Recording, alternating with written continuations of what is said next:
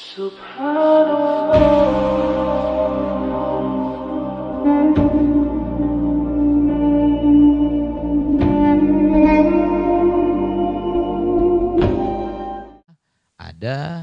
kiat-kiat untuk bagaimana kita itu supaya bangun malam. Yang pertama, jangan bermaksiat kepada Allah. Karena apa? Karena Allah Ta'ala telah, para ulama telah berkata bahwasanya pencegah utama untuk kita bangun malam, ya, pencegah utama untuk kita tidak bangun malam itu adalah maksiat kepada Allah. Sehingga bisa dipastikan bahwasanya orang yang bangun malam berarti orang yang dikehendaki Allah Ta'ala dan kebaikan. Tapi sebaliknya, jika dia tidak bangun malam berarti Allah tidak berkehendak untuk berjumpa dengannya. Itu yang kita takutkan, ya, itu yang kita sayangkan. Mau kita tidak dikehendaki, tidak diinginkan Allah Ta'ala untuk tidak berjumpa dengannya, tidak bangun malam, jangan. Eman, ya, bangun malam.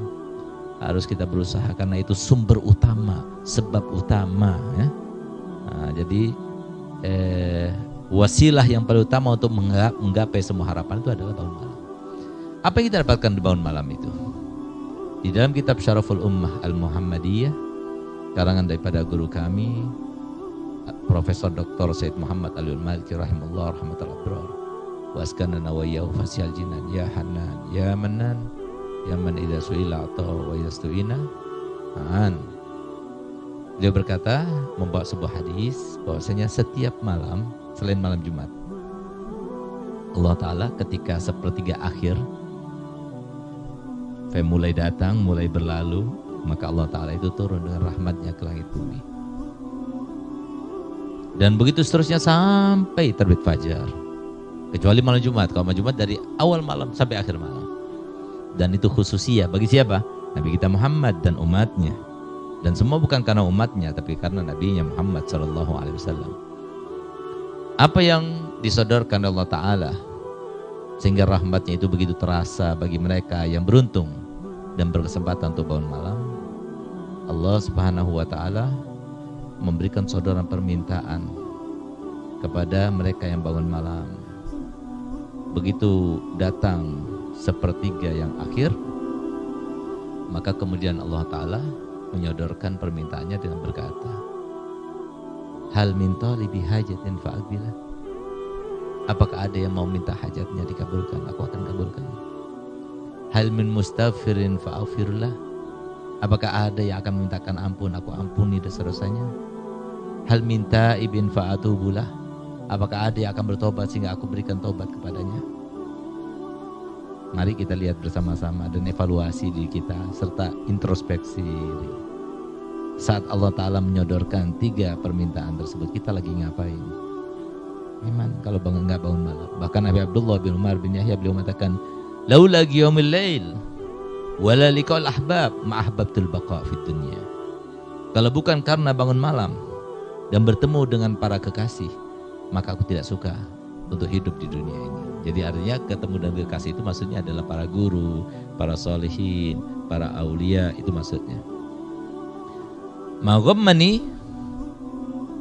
mundu bulughi illa tulu'ul fajar. Tidak membuat aku sumpek. Jadi mulai aku balik kecuali ketika terbitnya fajar sodik. Nah, jadi artinya sudah waktu subuh masuk, maka dia itu menjadi sumpek karenanya. Logikanya, setiap kekasih pasti ingin berduaan dengan kekasihnya. Itu adalah saat-saatnya dinanti. Berduaan dengannya, berkeluh kesah, kemudian curhat, sharing di antara kedua dan sebagainya. Itu adalah sebuah kesenangan yang Allah berikan dan anugerahkan di antara suami istri, ya. Nah, pasangan yang sah maksudnya, bukan yang pacaran, ya. Pacaran itu hukumnya haram, itu akan menantik murka Allah SWT. Maka kalau kita ditanya apakah kita semua cinta pada Allah, maka jawabannya adalah iya. Siapa di antara kita tidak cinta? Tapi kan kita harus sadar, harus paham, cinta itu adalah sebuah ungkapan. Cinta itu adalah sebuah pengakuan yang memerlukan kepada pembuktian. Buktinya apa? Kita cinta pada Allah, buktinya apa?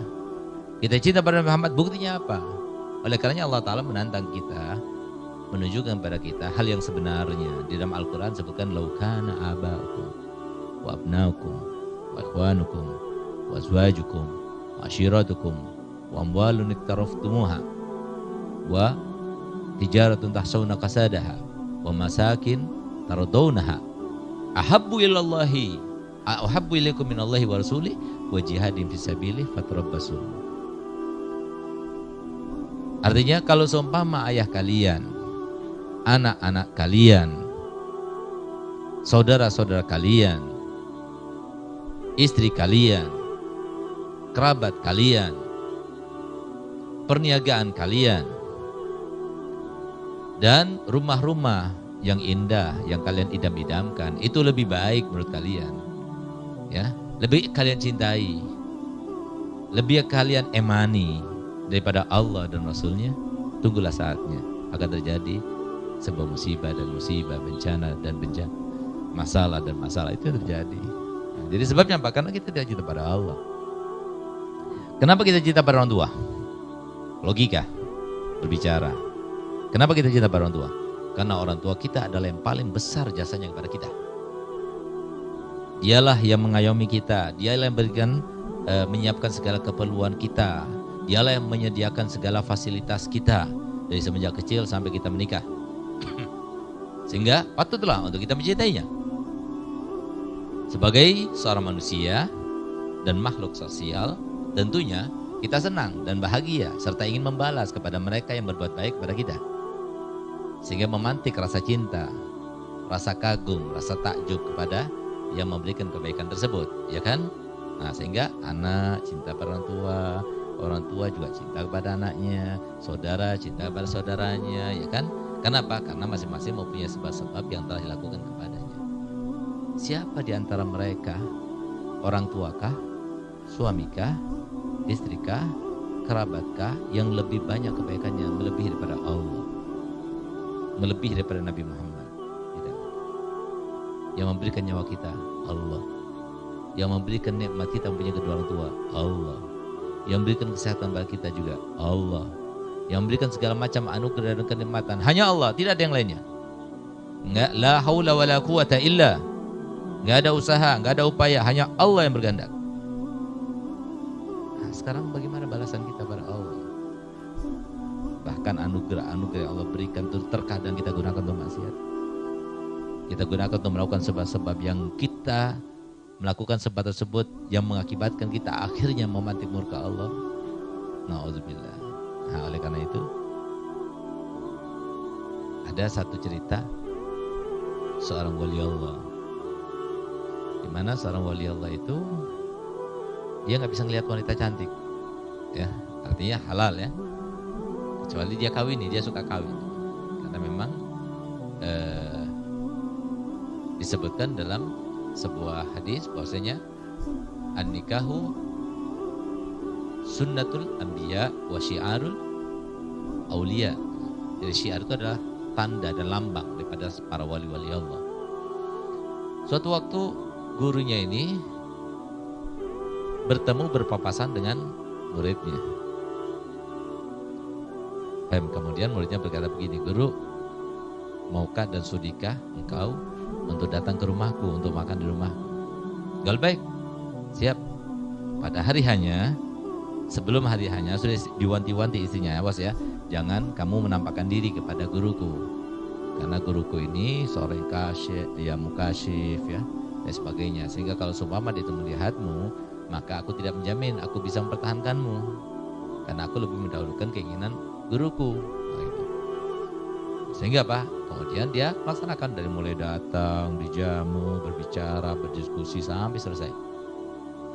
Ketika sudah mau pulang, maka jiwa penasarannya itu dalam hati istrinya itu berkata, kapan lagi aku melihat guruku, guru suamiku itu? Ini kesempatan. Akhirnya dia pengen lihat juga gitu loh, karena penasarannya. Waktu dia yang lihat, dia sudah tidak melihat wajahnya, tidak melihat badannya, tidak melihat bahunya, yang dilihat kakinya, tumitnya saja. Begitu melihat tumitnya, langsung berhenti itu guru. Siapa itu yang cantik yang ngintip di rumahmu itu? Kata suaminya, yang merupakan muridnya, itu adalah istriku guru dan aku sudah menceraikannya. Sehingga kemudian setelah selesai iddahnya dikawin oleh gurunya itu. Tidak berapa lama diceraikan, akhirnya setelah selesai iddahnya dikawin lagi oleh muridnya itu. Sehingga ketika kembali kepada suaminya, yang pertama, yaitu muridnya tadi, dia berkata begini, apa sih rahasianya guruku kok itu mendapatkan makom yang sangat tinggi?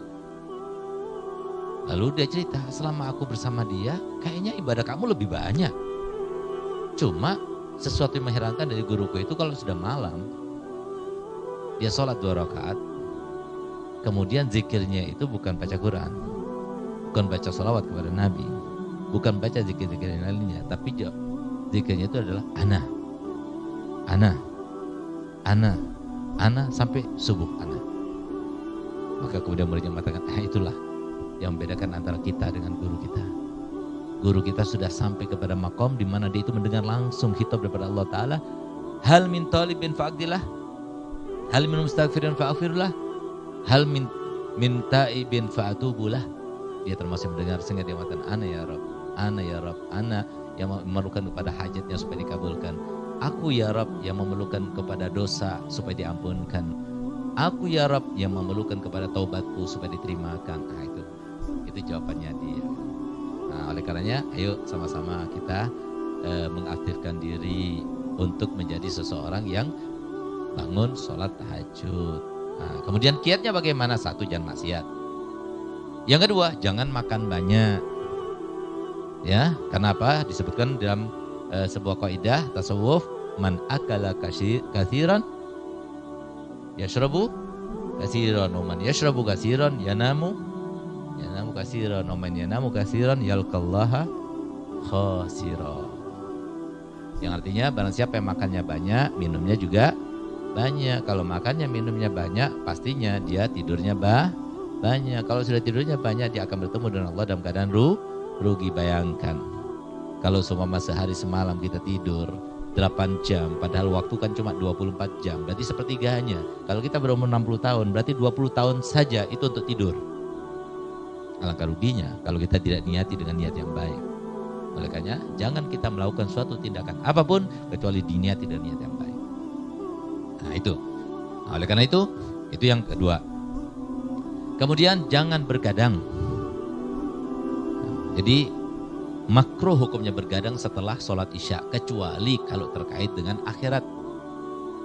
Terkait dengan dunia makruh, terkait dengan pengalaman makruh, terkait dengan kenangan makruh, terkait dengan diskusi dengan teman, apapun itu kalau sudah bukan terkait dengan akhirat, bukan pelajaran, bukan murajaah, bukan mujadalah, terkait dengan ilmu, maka itu hukumnya makruh. Nah, sehingga Pak Nabi SAW itu habis sholat isya, ketika datang atamah, waktu atamah itu sudah mulai gelap, langsung tidur. Sehingga jam 2 bangun sudah, 2:30 bangun. Dan orang kalau sudah bangun malam itu beda, auranya itu tampak. Nggak cantik dia, tapi auranya itu tampak di wajahnya, sehingga enak dipandangnya, adem dilihatnya. Nah itu. Nah, tapi kalau orang nggak bangun malam, nggak kelihatan cahayanya. Nah, jadi eman bangun malam ya. Di antara waktu 24 jam itu yang paling afdol adalah waktu qiyamul lail, yaitu sepertiga yang akhir. Kapan waktu sepertiga yang akhir? Jadi waktu itu dibagi 3. Sekarang maghrib tadi masuknya itu dari jam 6 kurang 1/4. Dengan subuh jam 4 kurang 1/4.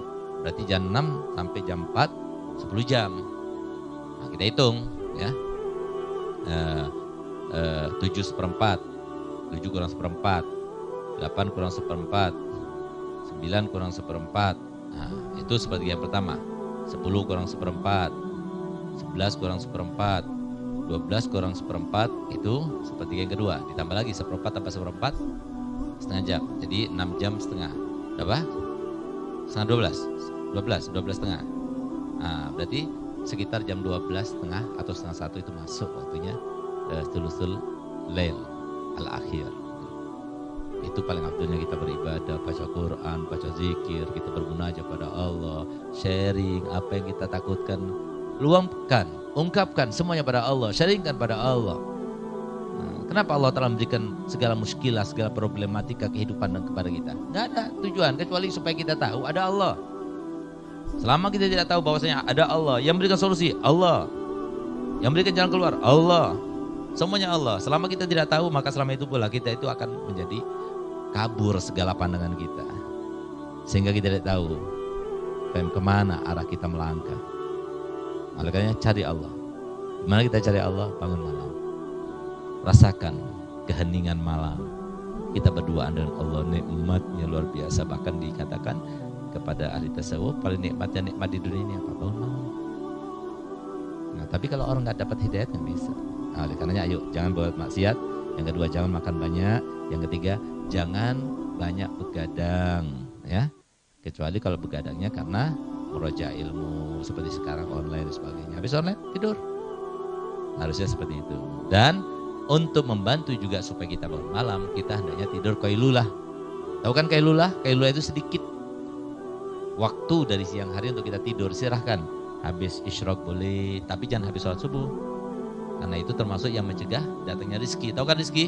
Jodoh rizki, hidayah rizki, ya, uang, harta benda rizki, itu rizki. Kalau kita tidur setelah sholat subuh, itu bisa mencegah rizki dan sulit untuk kita mendapatkan keberkahan dalam kehidupan ini. Nah, kalau isyraq silakan tidur 1 jam, 1 jam setengah, nah, boleh 2 jam masih diterima, boleh gitu. Tapi jangan dari pagi isyraq tidur, bangunnya mau asar gitu. Jangan gitu. Nah itu ya talibal ilmi bashiril war'a wahzarin nauma watrukil wahzarin nama watrukil syab'a. Jadi wahai talibul ilm bashiril war'a, jadi orang war'a. Jangan lihat ada perempuan dilihat terus, apalagi sampai mejeng, apalagi dia duduk sengaja untuk mencari perempuan, mandang perempuan dan sebagainya. Jangan. Wahdarin noma, jangan banyak tidur. Tidurnya itu dengan kitab. Harusnya seperti itu. Talibul ilm itu namanya, santri, santriwati itu namanya. Watrukis shiba, jangan kau makan sampai kenyang. Malu talibul ilm perutnya gendut, itu malu. Itu ulama-ulama dulu itu perutnya nggak ada yang gendut. Coba yang gendut-gendut itu, coba telanjang ya, ngaca, kemudian goyang-goyang perutnya gimana? Malu nggak? Dirinya sendiri aja malu. Gimana kalau kan tidak lihat? Usahakan kita itu sempurna, di mata orang sempurna, di mata diri kita sendiri sempurna. Karena apa? Allah Ta'ala melalui lisan mulia Nabi Muhammad SAW telah bersabda, Innallaha yuhibbul mu'minal gawi minal mu'minit dhaif. Allah Ta'ala itu suka kepada mukmin yang lebih kuat, lebih tampan, lebih ideal, lebih bahagia, lebih cemerlang, lebih cerdas, lebih cerdik. Itu Allah Ta'ala suka dengan yang semacam itu. Lebih kuat badannya, lebih sehat pikirannya gitu. Nah, jadi kita mohon pada Allah Ta'ala. Dan yang kelima, langkah yang kelima, kiat kelima, minta pada Allah supaya bangun malam. Dan niat untuk bangun malam dan minta pada Allah pertolongan supaya bangun malam.